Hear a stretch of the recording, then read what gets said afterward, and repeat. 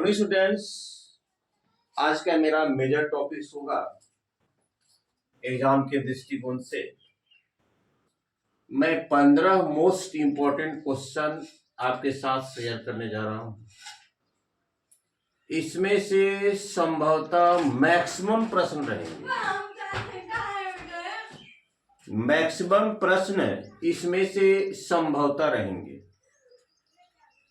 और मैं उम्मीद करता हूं कि अगर इसको मेनी टाइम्स विजिट करते हैं तो आपके परफॉर्मेंस में यह एक महत्वपूर्ण भूमिका निभा सकती है।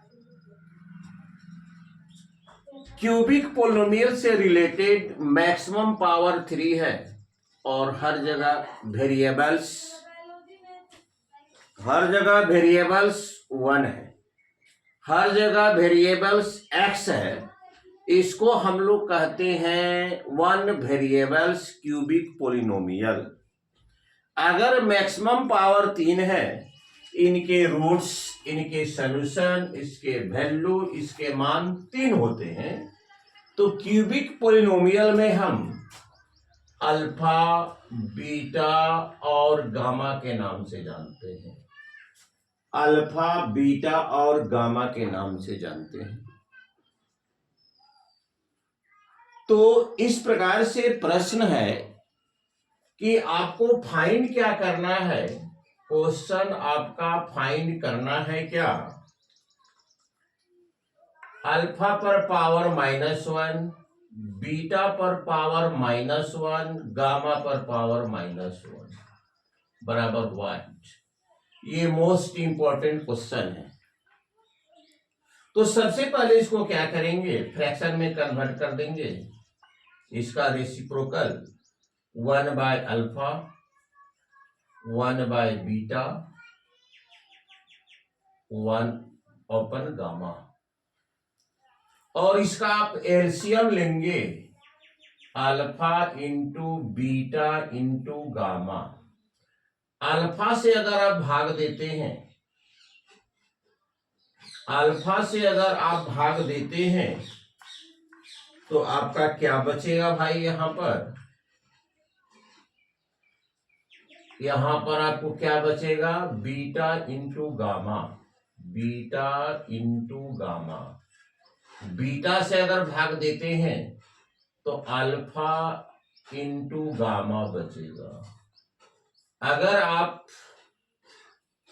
गामा से भाग देते हैं तो अल्फा इंटू बीटा बचेगा। और यह ध्यान दीजिए, एक्स क्यूब का जो कोफिशिएंट होता है वह ए का वैल्यू होता है। एक्स स्क्वायर का जो कोफिशिएंट होता है वह बी का वैल्यू होता है, और एक्स का जो कोफिशिएंट होता है वह सी का वैल्यू होता है, और जो कांस्टेंट होता है वह डी का वैल्यू होता है। अब यहां पर आपको दो सूत्र अप्लाई करना है, alpha into beta into gamma. उस सूत्र के द्वारा इस वैल्यू को पुट कर देंगे, beta into gamma plus alpha into gamma plus alpha into beta. इस तरह से इस बेस पर बहुत सारे प्रश्न पूछे जाते हैं। प्रैक्टिस करनी आपकी जिम्मेदारी है। प्रैक्टिस करेंगे अल्फा क्यूबिक पोलिनोमियल से, तो इस तरह से प्रश्न आपके 2 मार्क्स में हर हालत में रहेंगे। आपको सूत्र को याद कर लेना है, और इस पर जो भी समस्या है आपको यहां तक है कि भाई इसको कैसे निकालेंगे। इसको फ्रैक्शन में कन्वर्ट कर दिए, एलसीएम ले लिए। जैसे हम एलसीएम का ऐड करते हैं, फ्रैक्शन का ऐड करते हैं, उस प्रकार से मैंने कर डाला। इसको आपको प्रैक्टिस करना है। अब चलते हैं आगे की तरफ। हम आगे का हमारा प्रश्न क्या है वह देखिए। 2 नंबर हमारा क्वेश्चन होगा, इसको प्रैक्टिस आप निश्चित रूप से करेंगे। 2 नंबर का हमारा क्वेश्चन होगा, फाइंड द 2 नंबर का क्वेश्चन होगा, find the find the rational, find the irrational and one irrational, one and irrational, one and irrational between 0.25 and 0.32। ये डेसिमल फ्रैक्शन हुआ, यह भी एक रेशनल नंबर होता है। तो सबसे पहले इसको सिंपलेस्ट फॉर्म में कन्वर्ट कीजिए। 25, इस डेसिमल को हटाइए, एक बैठाइए, डबल जीरो दीजिए, तो 25 एक 25, 25 चुका 100, आपका सिंपलेस्ट फॉर्म 1/4 होगा। 32 को सिंपलेस्ट फॉर्म में कीजिए, 0.32 अपॉन 100, 8 चुका 32, 25 चुका 100, 8/25, यह भी हो गया रेशनल, यह भी हो गया rational. Sum of two rational number, sum of two rational number is rational, will be relational. तो दोनों को जोड़ दीजिए, 1/4 प्लस 8/25 डिवाइडेड 2 कर देना आपको है। तो एलसीएम हो गया 100, 25 चुका 100 और 25 चुका 100, 8 चुका 32 डिवाइडेड 2, 5 2 7, 57/100 गुना 1/2, तो 57/100/2, तो 57/200 इस दोनों के बीच का रेशनल हुआ। अगर डेसिमल में आप देना चाहेंगे तो 200 से 57 में भाग देंगे, नहीं खाएगा, एक डेसिमल देंगे, 0 2 दूनी के 400, ये 0 हो गया, 7 हो गया, 5 में 4 गया, 1 हुआ, 2 6 12, 2 8 16 खिलाइए, 1600, 0 हो गया, 0 हो गया, 7 में 6 गया, 1 2 5 10, 0.285, 0.285, it is the greater than 0.25 and less than 0.32। यह आपका एक रेशनल नंबर हुआ। अब चर्चा आपको करना है भाई, इस दोनों के बीच में एक इरेशनल भी आपको निकालना है। तो सबसे इसका आसान तरीका क्या है, दोनों रेशनल को अंडर रूट में लिख दीजिए प्रोडक्ट के रूप में। इरेशनल आपको निकालना है तो प्रोडक्ट के रूप में लिख दीजिए 1/4 गुना 8/25, 4 दूनी के 8, तो √2/5 हो गया। ये आप गया हो गया इरेशनल। क्यों? क्योंकि यह रेशनल है, इरेशनल है और यह रेशनल है। तो irrational divided rational will be irrational, यह मैंने पहले बता चुका है कि यह आपका इरेशनल होता है। चलिए आगे की तरफ अपने हम शैक्षणिक ट्रेवलेशन को ले चल रहे हैं, यात्रा को ले चल रहे हैं। लाइन पर बने रहिए और निश्चित रूप से मैं दावा करता हूं कि इस 15 क्वेश्चन में आपको मैक्सिमम क्वेश्चन जरूर पूछे जाएंगे। क्वेश्चन नंबर हमारा 3 में है, what is the product. Question number 3 में हमारा है, what is the product of, what is the product of non-zero rational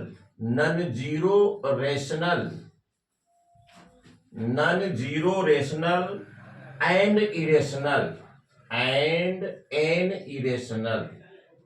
ये आपका 1 नंबर में प्रश्न पूछे जाएंगे कि नॉन जीरो रेशनल और इरेशनल का प्रोडक्ट क्या होता है। नॉन जीरो का मतलब है जीरो को छोड़कर शून्येतर कहते हैं, इसको हिंदी में कहते हैं शून्येतर। शून्येतर, शून्य को छोड़कर, तो मान लिया जाए नॉन जीरो 2 है और एक इरेशनल लीजिए, इरेशनल मान लीजिए √5 लीजिए, तो 2√5 इरेशनल आपका इरेशनल आंसर होगा।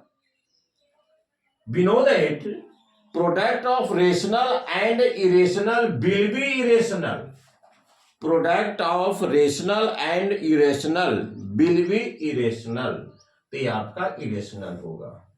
चलिए अब पुनः मैं आगे की तरफ अपनी यात्रा को ले चल रहा हूं, केवल आप लोग को लाइन पर बने रहना है। नेक्स्ट नंबर क्वेश्चन हमारा है 3 नंबर में क्वेश्चन है, 3 नंबर में हमारा क्वेश्चन है, इफ द इक्वेशन, 3 नंबर में क्वेश्चन है, इज इक्वेशन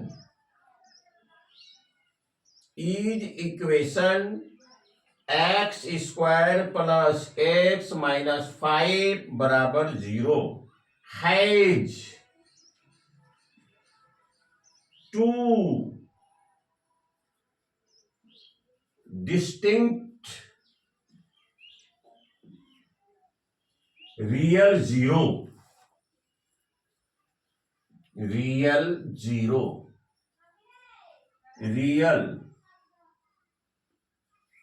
zeros, justify कह रहा है इस इक्वेशन के दो विशिष्ट, दो अद्वितीय रूट्स होंगे। आपको वेरीफाई करना है होंगे कि नहीं होंगे, आपको जस्टिफाई करना है। तो सबसे पहले देखिए, ये क्वाड्रेटिक इक्वेशन है, इसका बेस होता है ax square plus bx plus c, इसका बेस होता है ax square plus bx plus c, जहां a 0 नहीं होना चाहिए। तो x स्क्वायर का जो कोफिशिएंट होगा वह a का मान होगा, x का जो कोफिशिएंट होगा वह b का मान होगा, और जो कांस्टेंट है वह c का मान होगा।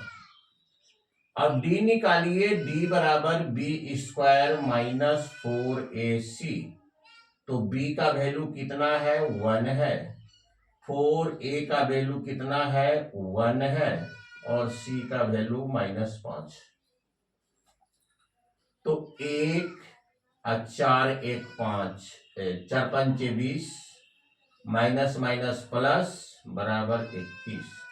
तो d ग्रेटर देन 0, इसके रूट संभव है, रियल होंगे, अनइक्वल होंगे। इसको जस्टिफाई करना था, इसका रूट्स इक्वल होगा, अनइक्वल होगा, रियल होंगे।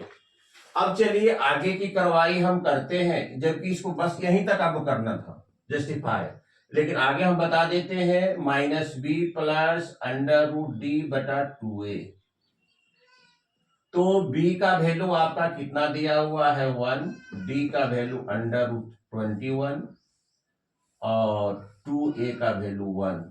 तो अल्फा हो गया -1 प्लस √20/2, बीटा हो गया आपका -1 माइनस √20/2। आपको केवल जस्टिफाई करना था। चलिए हम आगे की तरफ बढ़ रहे हैं, अपने इस टॉपिक्स को मैं आगे की तरफ बढ़ा रहे हैं। अब अगला हमारा क्वेश्चन क्या है, अगला क्वेश्चन है find the distance. Next number question है find the distance, find the distance, find the distance between, find the distance of a point xy from origin,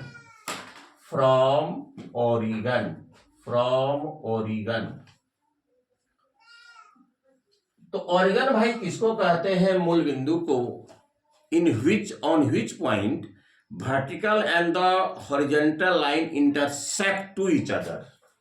ये देखिए, जहां पर वर्टिकल लाइन और वर्टिकल लाइन और हॉरिजॉन्टल लाइन जहां पर काटता है उसको हम लोग ओरिजिन पॉइंट कहते हैं। X x dash y y dash. तो चूंकि ओरिजिन के पास भी दो ओरिजिन भी पेयर में होता है जिसको हम लोग एब्सिसा और ऑर्डिनेट कहते हैं। एक एक्स का वैल्यू होता है और एक वाई का वैल्यू होता है। इसको भी कोऑर्डिनेट होता है एब्सिसा और ऑर्डिनेट। भुज और कोटि दोनों होता है इसके पास। तो कह रहा है कि ओरिजिन पॉइंट से एक्स और वाई, मान लेते इसका हम लोकेशन करेंगे तो मान ले एक्स यहां पर है और वाई इधर चले, मान ले वाई यहां पर है और एक्स यहां पर है। इसका लोकेशन आपका यहां हो जाएगा एक्स वाई और इसके बीच की दूरी को निकालना है।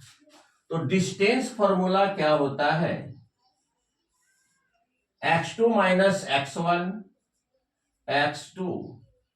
x2 minus x1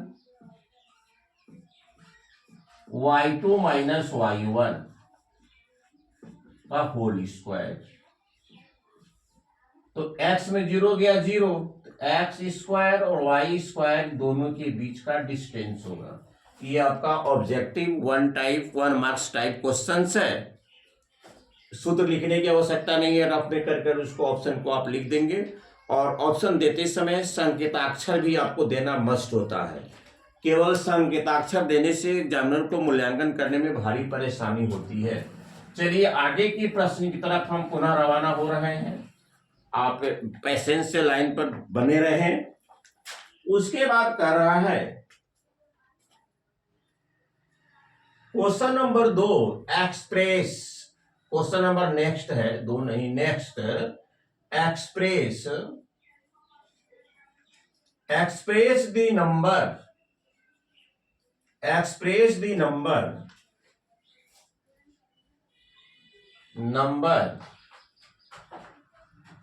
0.3178 in the fraction. देखिए विगत कुछ वर्षों से ऐसा प्रश्न हमेशा देते आ रहा है। ये क्लास 9 से रिलेटेड है। ये क्लास 9 से रिलेटेड है।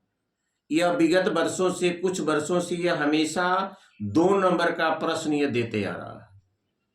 तो डियर स्टूडेंट्स इस पर ध्यान से गौर करेंगे।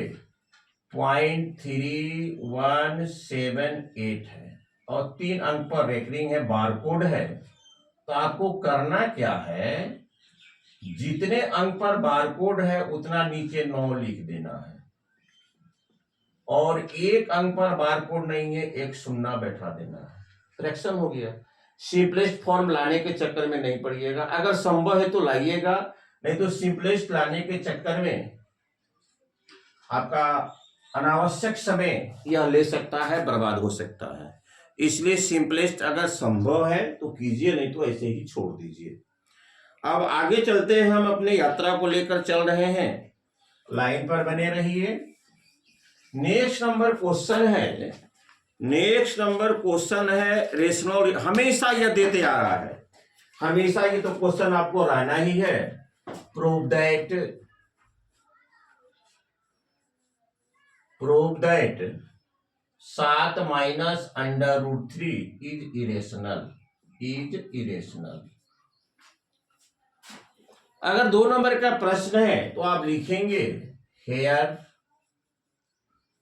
7 is rational and √3 is irrational.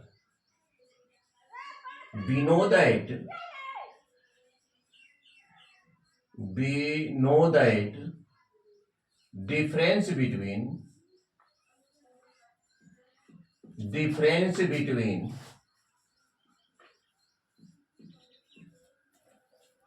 rational and irrational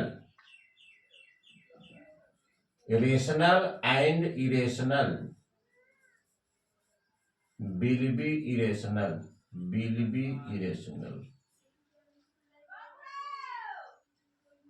hence 7 minus √3 will B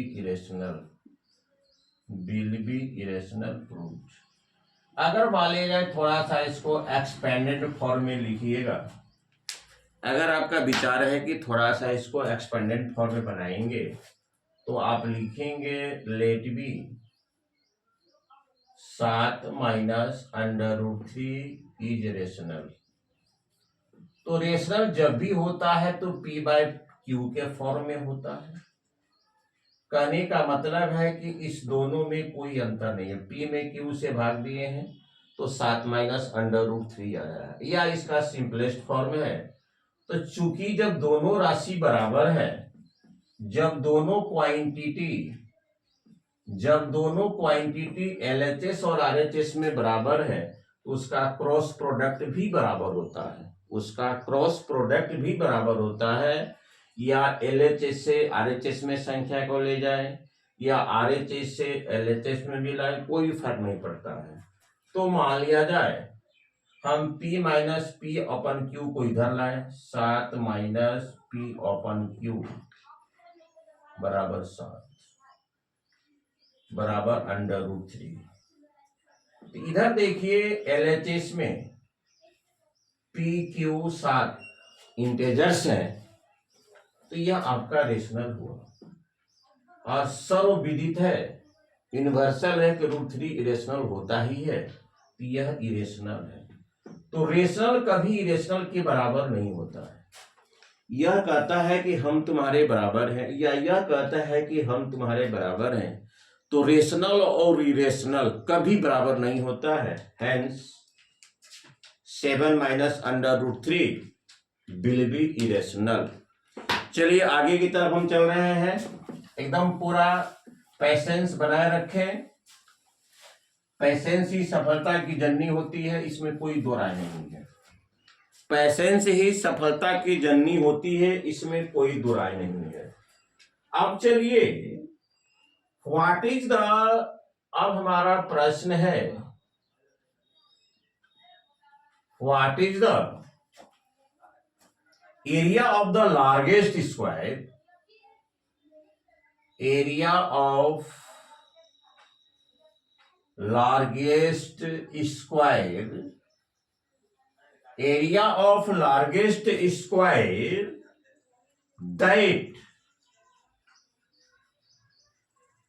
that can be inscribed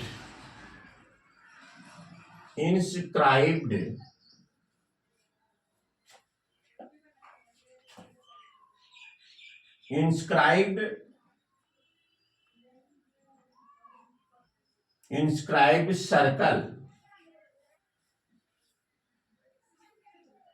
of radius 12 cm। एक स्क्वायर जो है सर्कल के अंदर है, एक स्क्वायर है सर्कल के अंदर है, तो what is the area of the largest square, जिसका रेडियस है 12 cm। तो मान लिया जाए कि ये आपका एक सर्कल है, इसमें एक आपका स्क्वायर है, इसमें आपका एक स्क्वायर है। मान लिया जाए ये सेंटर है, तो इधर देखिए ये डायमीटर हो गया, तो यह R हो गया, यह R हो गया। तो ABCD स्क्वायर है और रेडियस इसका 12 cm दिया गया है, 12 cm दिया गया है, 12 cm 12 cm। तो भाई स्क्वायर का डायगोनल क्या होगा? स्क्वायर का जो डायगोनल होगा, स्क्वायर का जो डायगोनल होगा 12 12 24, 12 12 24 स्क्वायर का डायगोनल होगा। तो डायगोनल तो निकल गया, तो side area of the square बराबर होता है साइड का स्क्वायर।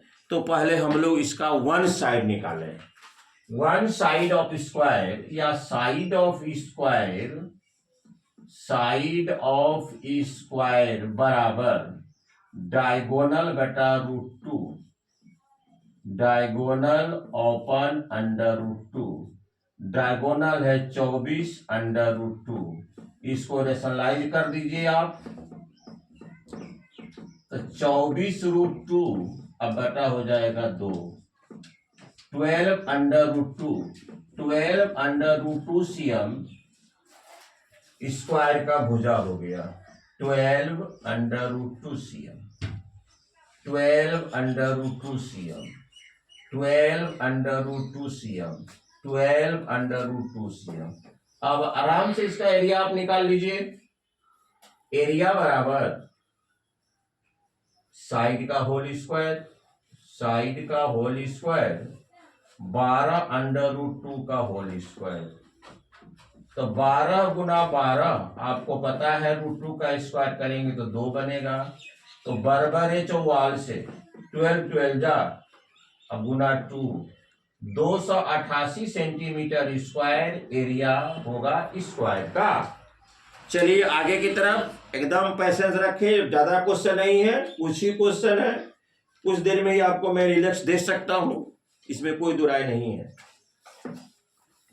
बने रहिए। जैसे यहाँ पर हमारे जो छात्र कुछ बैठे हुए हैं एकदम टकटकी लगाए रखे हैं कि भाई मोस्ट इंपॉर्टेंट क्वेश्चन है, तो ठीक है, इन बच्चों की भी मैं सराहना करता हूं। अब देखिए आपको निकालना है find the roots, most important, find the roots. इधर दिया गया है आपको इरेशनल में 3x² + 6 = 9, इधर इरेशनल है इधर रेशनल है।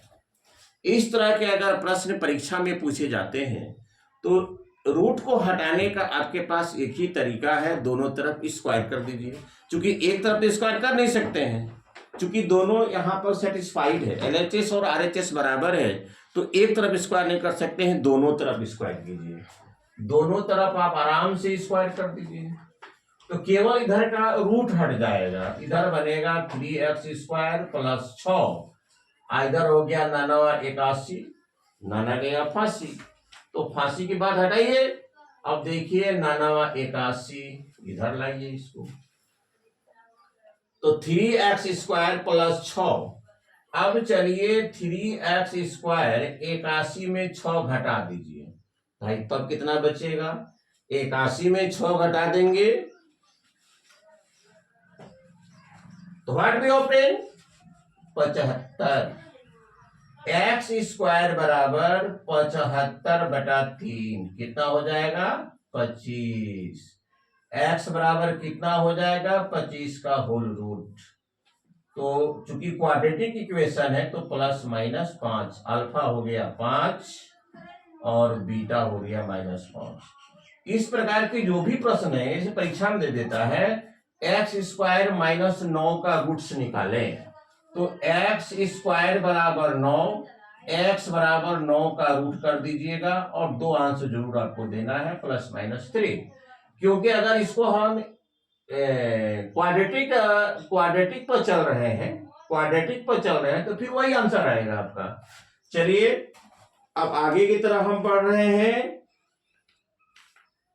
आगे की तरफ हम बढ़ रहे हैं। अब हमारा आगे का क्वेश्चन क्या है वह देखिए। आगे का हमारा क्वेश्चन है कि 2 स्पेयर है, स्पेयर का जो रेशियो है सरफेस एरिया का, सरफेस एरिया का जो रेशियो है, सरफेस एरिया का रेशियो है 2 स्पेयर का, S1 और S2, उसका है आपका 16:9। तो इसके वॉल्यूम का रेशियो निकालना है, तो पहले तो R चाहिए भाई, उसके बाद आप कुछ कर सकते हैं। तो S1 के लिए चलिए 4πr1 का स्क्वायर बराबर 16, R1 का स्क्वायर बराबर 16/4π, R1 बराबर 16/4 का होल रूट 4×16/2 ये इसका R हो गया। उसका R निकालिए, S2 का R निकालिए, तो भाई कितना हो जाएगा? R2 बराबर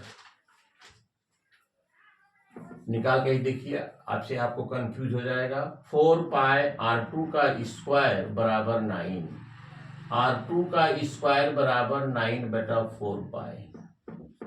R2 बराबर 9 का वर्गमूल 3 हो जाएगा, √2 हो जाएगा। ये R1 हो गया, R2 हो गया। अब वॉल्यूम निकालना है तो V1/V2 4/3 πr3 पाई R का वैल्यू कितना है इसका? 4/2 4/2 4/3 πr3 और इसका है 4/3 इंटू पाई और R का है 3/2 पाई का होल क्यूब। इसको सिंपलेस्ट में इसको तो हटा दीजिए, इससे कोई मतलब आपको नहीं है क्योंकि सेम टर्म है। अब इसको 3 बार लिखिए, 4×4×4 ओपन 2√पाई 2√पाई 2√पाई 2√पाई। इसको रिवर्स कर दीजिए, यहां हो जाएगा, इसको रिवर्स कीजिए, ऊपर में हो जाएगा 2√पाई 2√पाई 2√पाई और नीचे में हो जाएगा 3 बार 1 2 3, तो 2 पाई रिमूव कर दीजिए। कितना बच गया? 4×16 64 3×9 27 64:7। देखिए ये आपका क्वेश्चन है, मोस्ट इंपॉर्टेंट है। उस समय आप हो सकता है कंफ्यूजन पड़ सकते हैं, इसलिए आपको इसको प्रैक्टिस तो करना ही पड़ेगा, कोई उपाय नहीं है। और अभ्यास करने के बाद ही आपको बेहतर परफॉर्मेंस मिलेगा। जैसे अभी हमारे सामने एक छात्रा उषा है, वो भी यहाँ पर हमारे वीडियो को मतलब कि ये कर रही है, देख रही है। अब देखिए क्वेश्चन नंबर नेक्स्ट, ये तो हमेशा 2 नंबर के सवाल पूछे जाते हैं। इफ साइन ए बराबर √3/2 तो हमको निकालना है वैल्यू 2 A -1। ये 2 मार्क्स का रहता है। तो सबसे पहले आप क्या करेंगे, एक राइट ट्रायंगल बनाएंगे और जो एंगल यहां दिया हुआ रहेगा उस एंगल से यहां शुरू करेंगे ताकि आपको परपेंडिकुलर बेस हाइपोटेनस लेने में कोई दिक्कत नहीं होगी। तो ये हो गया P, ये हो गया बेस, ये हो गया हाइपोटेनस। तो चलिए, साइन बराबर होता है लंब बटा कर्ण, लंब हो गया √3 और कर्ण हो गया 2। बेस निकाल लीजिए, बेस बराबर होता है हाइपोटेनस का स्क्वायर और घटाओ परपेंडिकुलर का स्क्वायर। तो 2 दूनी के 4 और √3 का स्क्वायर 3 बराबर 1, बेस हो गया 1।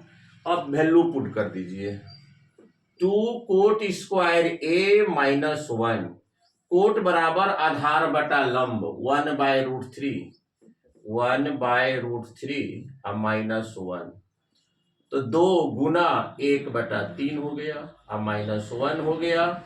एलसीएम हो गया 3, 2 की 2, 1 3 3 -1/3। देखिए कितना, तरीका यही है कि पहले फिगर डायग्राम बना दीजिएगा। अगर इधर मिस भी हो जाता है तो एग्जामिनर आपको डायग्राम पर, प्रोसेस पर कुछ ना कुछ नंबर देगा, आपके हक के लिए बहुत ही अच्छा परफॉर्मेंस रहेगा। अब चलिए हम आगे चलते हैं। इस तरह के भी प्रश्न पूछे जाते हैं परीक्षा में कि भाई आप डायग्राम से ये बताइए कि कितने इसके x के 0 है। तो अब देखिए ये हो गया आपका y एक्सिस ये हो गया आपका एक्स एक्सिस, वाई लिखिए। वर्टिकल जो लाइन होता है उसको वाई एक्सिस कहते हैं, हॉरिजॉन्टल को एक्स एक्सिस कहते हैं। और इस प्रकार से आपके कटिंग दिया हुआ रहता है। देखिए तो x का वैल्यू कितना होगा।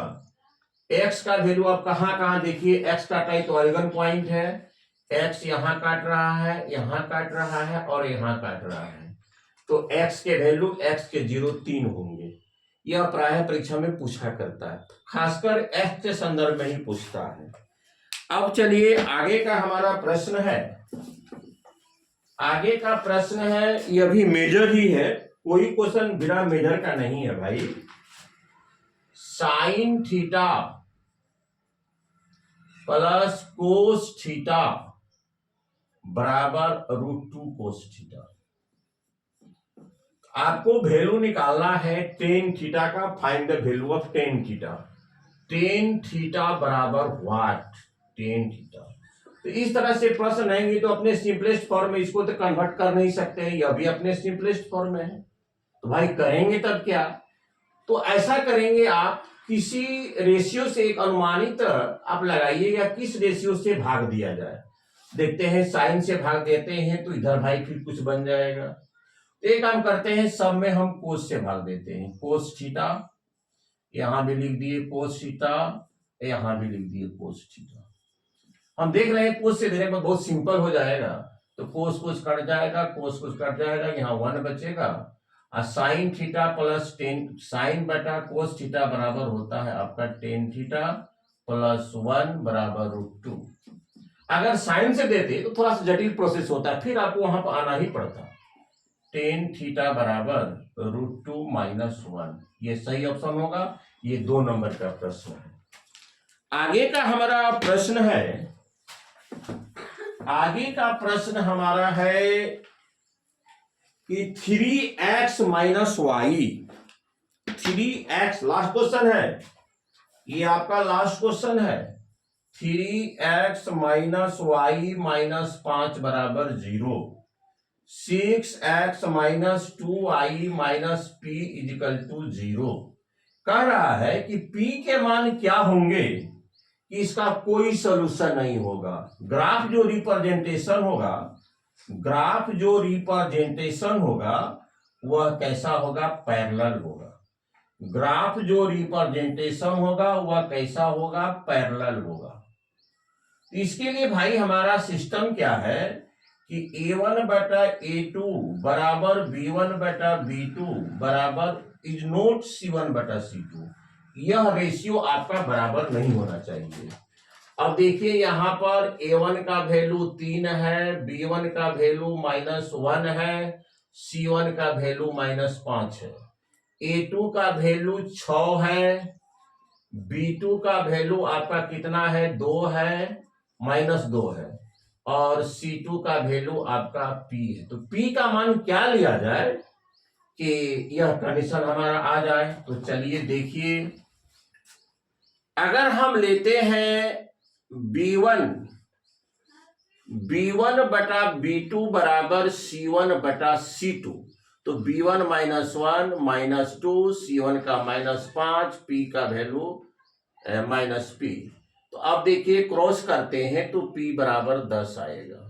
अगर यहां 10 पुट करते हैं हम, हैं नहीं 5 दूनी के 10, कितना है P का वैल्यू भाई आपका, P का वैल्यू 5, ठीक है, 5 दूनी के 10 आता है। अगर यहां 10 पुट करते हैं, P के जगह पर 10 पुट करते हैं तो तीनों रेशियो बराबर हो जाएगा। देखिए 3 बटा 6 -1 बटा -2 -5 बटा -10, 5 बटा 10, 5 बटा 10, ये आपका हो गया 3 बटा 6, 3 बटा 6 -1 बटा -2 और उधर -5 बटा -P, -5 बटा -P हो गया तो आपका 10 हो गया। तो अब देखिए कि अगर हम तीनों को बटा करते हैं तो उस परिस्थिति में हमारा 5 बटा -10 -1 बटा -2, तो 1/2 1/2 1/2 ये अनंत हल हो जाएंगे। और हमारा कॉन्स्टिट्यूएंट ग्राफ होगा, तो कह रहा है P का मान क्या होगा, जो कि इस सिस्टम का जो ग्राफ रिप्रेजेंटेशन होगा वो पैरेलल होगा। तो 10 को छोड़कर कुछ भी रखिए, P is equal not to 10। 10 के जगह पर कुछ भी लिखिएगा तो इस सिस्टम का जो रिप्रेजेंटेशन होगा पैरेलल होगा, कोई हल नहीं होगा। तो डियर स्टूडेंट्स, ये मोस्ट 15 क्वेश्चन है जो कि आपके मैथ के परफॉर्मेंस में अपनी एक अच्छी भूमिका निभा सकता है। इसे जरूर देखेंगे और कमेंट्स करेंगे। चलिए, अंत में आप लोग लाइन पे बने रहे, इसके लिए बहुत बहुत धन्यवाद। Thank you very much.